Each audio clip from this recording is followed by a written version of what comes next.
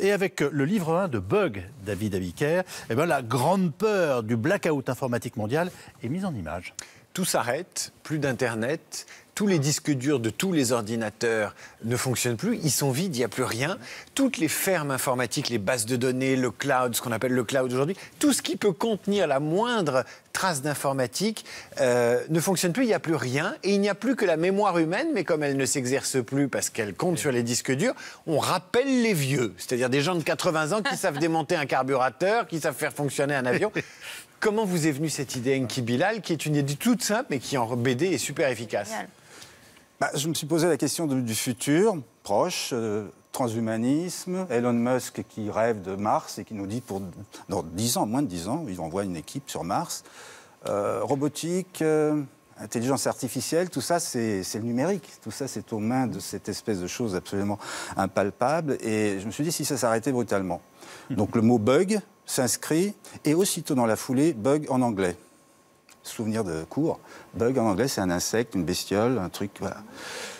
Et comme j'avais pensé à Mars avant, je me suis dit alien. Donc j'ai les deux bugs, un alien, et je me dis voilà, on part, l'humanité est totalement dévitalisée, il n'y aura plus rien ne reste. Si c'était réaliste, réellement réaliste, 48 heures, c'est le chaos absolu. Donc il n'y a pas de livre. Il n'y a pas de livre, c'est même pas la peine d'imaginer. L'alien, il est dans le corps d'un gars qui revient d'une mission de Mars et qui, dans son bug à lui, concentre toutes les données, comme si toutes les données de la Terre s'étaient retrouvées dans sa moelle épinière ou dans sa colonne vertébrale. Et ce qui est intéressant, c'est votre rapport à la mémoire. En fait, vous avez peur qu'on oublie quelque chose, qu'on se déleste. Oui, je suis parfaitement conscient de la paresse, qu'on est tous frappés de paresse. On ne retient plus un numéro de téléphone, on confie tout à... Même en conduisant. Oui, on confie tout au disque dur. Et puis de temps en temps, on a tous des problèmes aussi, parce que le disque dur, il peut vous lâcher. Moi, j'ai perdu des photos, j'ai perdu des tas de trucs auxquels je tenais. Donc, et puis, alors, effectivement, il y a la mémoire, c'est... Est-ce qu'on a encore la mémoire vraiment du XXe siècle ? Est-ce qu'un jeune qui naît aujourd'hui a la mémoire du XXe siècle? C'est pas sûr.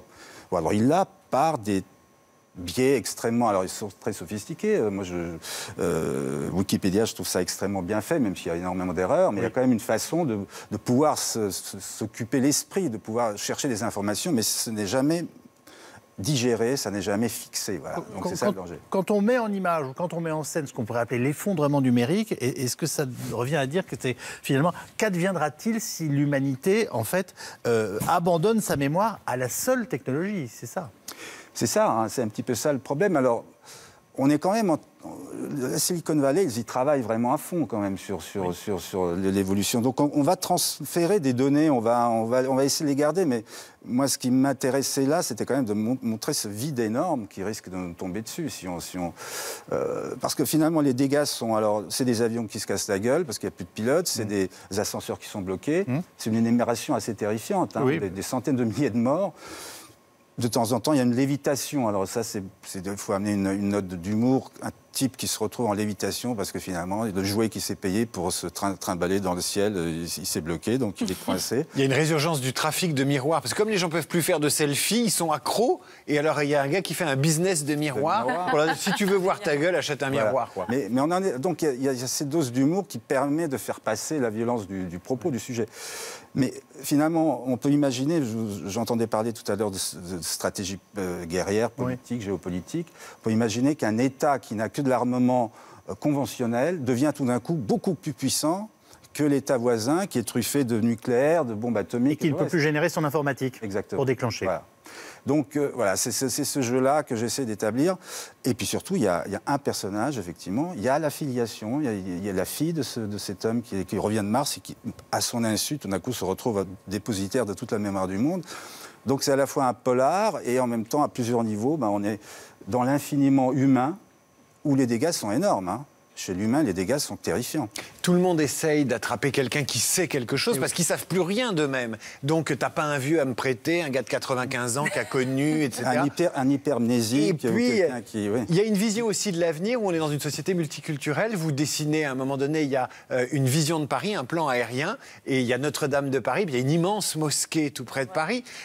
Alors, c'est le grand remplacement ou c'est la société multiculturelle telle que vous l'anticipez? J'ai beaucoup parlé d'obscurantisme religieux dans certains de mes livres précédents. Oui.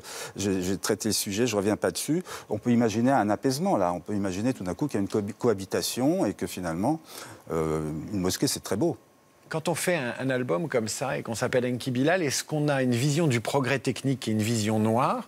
Et Dieu sait que souvent dans vos albums, il y a pas mal de pessimisme, cette ambiance grise. Est-ce que vous avez peur du progrès technique qui vous permet de travailler, de faire des beaux albums aussi? Non, j'ai pas peur, mais il fait partie de nos vies. C'est Paul Virilio qui dit on invente un avion, on invente le crash qui va avec. Donc là, 380, bon, ben, plus l'avion sera gros, plus le crash sera impressionnant. Non, moi je fais partie de cette aventure. Je suis aussi bêtement addict que nous tous. Je suis pris dans l'engrenage. Donc c'est pas de la peur, mais par contre c'est une façon de mettre en perspective quelque chose qui c'est intéressant parce que ça pose question. Moi c'est quelque chose qui est quand même pas, c'est pas anodin quand même. Il faut penser aussi que dans 20 ou 30 ans on sera totalement nous-mêmes numérisés.